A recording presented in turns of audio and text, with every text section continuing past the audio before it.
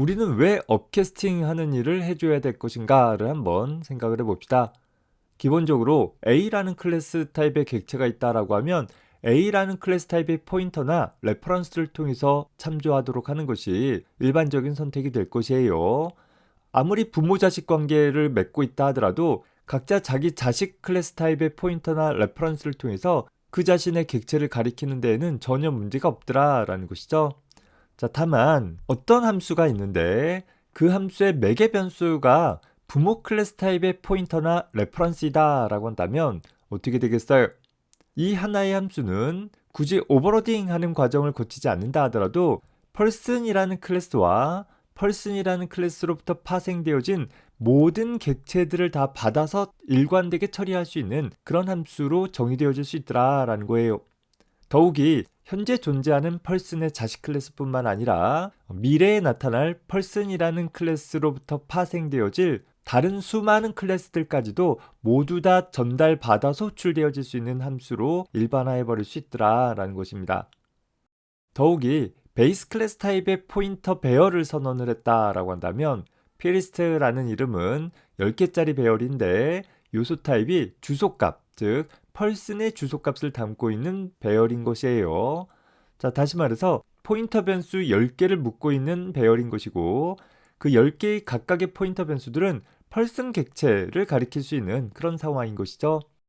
다만 person 객체만 가리킬 수 있는 것이 아니라 person으로부터 파생되어진 자식 클래스 객체들도 가리킬 수 있다 보니까 자, 다음과 같이 피리스트라는 배열의 각각의 요소에다가 person 객체뿐만 아니라 person으로부터 파생되어진 객체들도 같이 담을 수 있도록 해주어서 특정 클래스 객체와 그 클래스로부터 파생되어진 객체들을 모두 다 하나의 이름을 갖는 배열로 묶어낼 수 있다라는 장점이 생기게 되어지는 것입니다.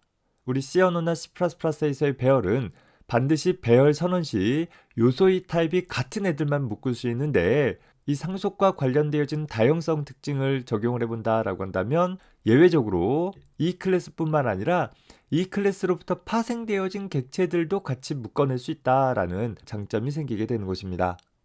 사실 함수의 매개 변수야 오버로딩 되어진 함수를 만든다라고 하면 당장 존재하는 클래스들을 전달받는 함수들을 정의해 볼 수는 있을 것이에요.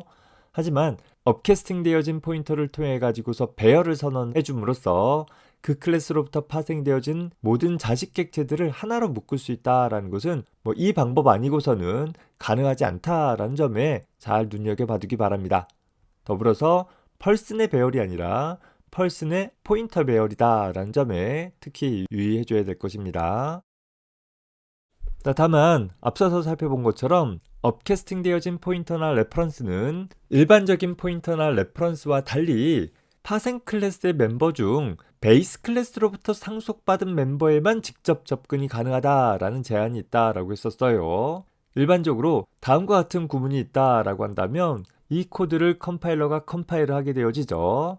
컴파일러는 pperson이라는 포인터 변수의 베이스 타입을 통해서 이 화살표 연산자를 통해서 접근하고자 하는 멤버가 이 포인터 변수의 베이스 타입이 나타나는 클래스에 정의되어져 있는가를 먼저 살펴보게 되어져요. 따라서 너 이름 무엇이냐 라는 person으로부터 물려받은 멤버를 업캐스팅 되어진 포인터를 통해서 접근하게 되어지면 pperson이라는 포인터 변수의 베이스 타입인 person이라는 클래스에 이런 이름의 멤버 함수가 존재하기 때문에 오류 없이 정상적으로 컴파일이 되어진다라는 거예요.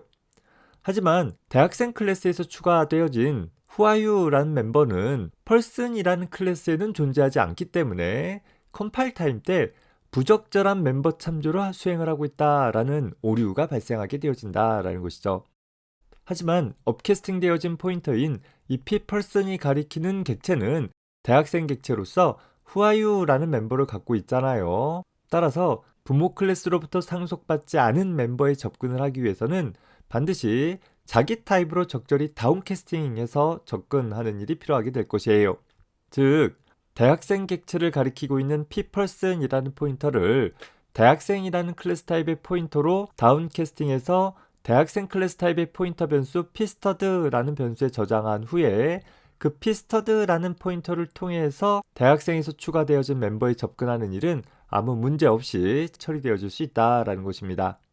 다만 이렇게 업캐스팅 되어진 포인터를 통해서 유지되어지는 객체에 대해 자식에서 추가되어지는 멤버를 단 1회 접근하고자 한다라고 한다면 그때마다 이렇게 별도의 포인터 변수를 두고 캐스팅한 결과를 저장해서 사용하는 것은 좀 번거롭잖아요.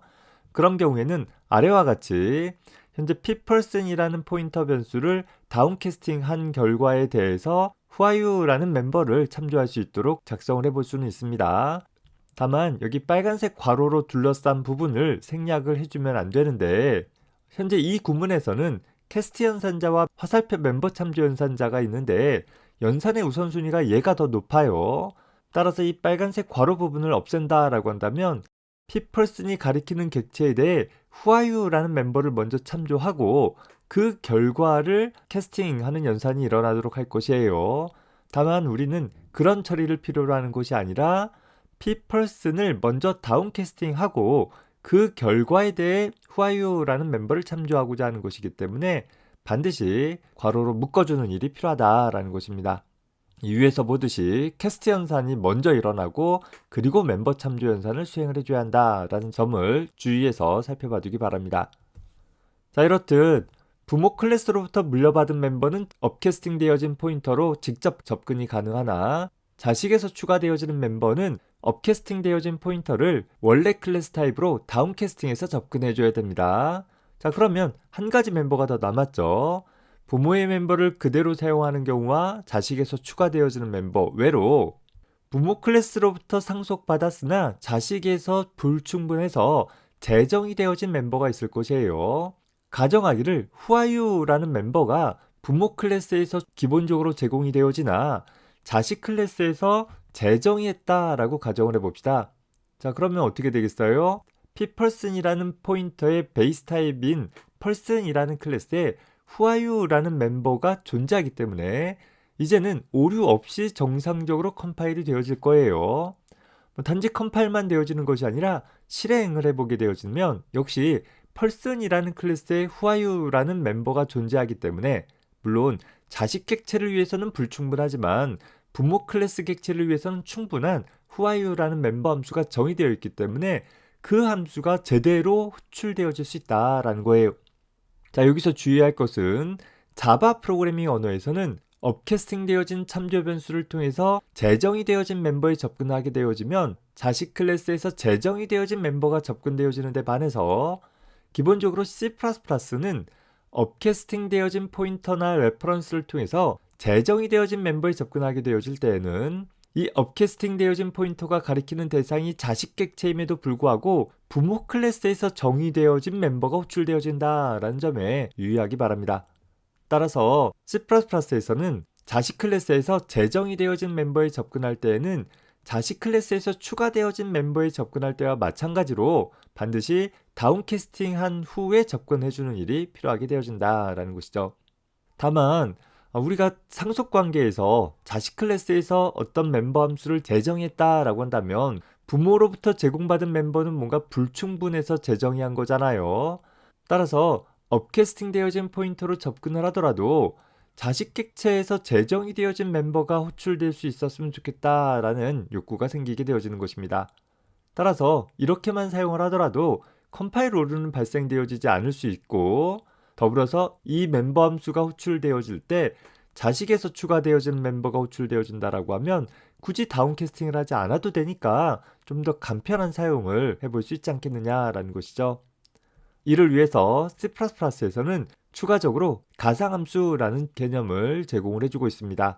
다시 말해서 가상함수로 정의해주게 되어지면 이젠 업캐스팅 되어진 포인터로 재정이 되어진 멤버에 접근했을 때 부모의 멤버가 아니라 재정이 되어진 멤버가 자동으로 호출되어진다라는 것입니다.